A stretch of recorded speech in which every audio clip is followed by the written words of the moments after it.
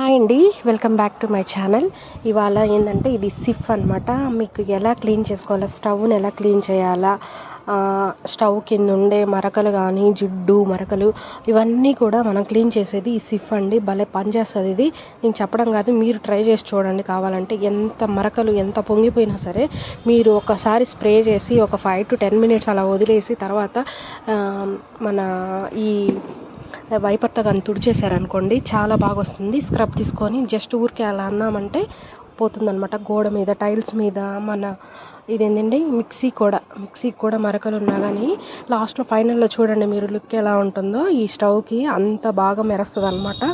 ఇది వచ్చేసి జెల్ ఉంది, దీంట్లో లిక్విడ్ కూడా ఉందన్నమాట. ఇది వచ్చేసి స్ప్రే టైప్ అనమాట. అన్నీ బాగా పనిచేస్తాయండి. ఇది ఫాస్ట్గా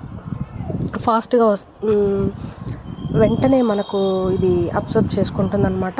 అంత బాగా మనకు చూడండి. అట్లా చేసి ఒక 5 minutes వదిలేసాక మనం ఇలా రబ్ చేసుకొని స్క్రబ్బర్తో ఫైనల్గా మనం ఏంటంటే లైజాల్ కానీ మన ఇంట్లో ఏదైనా మన ఫ్లోర్ క్లీనర్ కొంచెం వాటర్ వేసుకొని ఆ వైపర్తో మనం తుడిచేసామనుకోండి చాలా బాగా పనిచేస్తుంది అనమాట. మంచి ఫ్లేవర్ ఉంటుంది కదా లైజాల్ అనేది.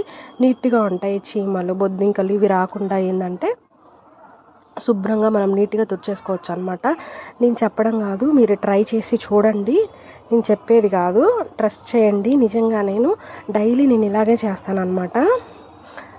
ఫైనల్ లుక్ మీరు చూస్తే అంత బాగా వస్తుంది అనమాట. టీ మరకలు కాదు, నీకు పొంగిపోయినా కానీ అంత బాగా పనిచేస్తుంది. నేను చెప్పడం కాదు, ఇది ఏదో ప్రమోషన్ అలా అనేం కాదు. నేను డైరెక్ట్గా చేసిందే మీకు చూపిస్తున్నాను అనమాట.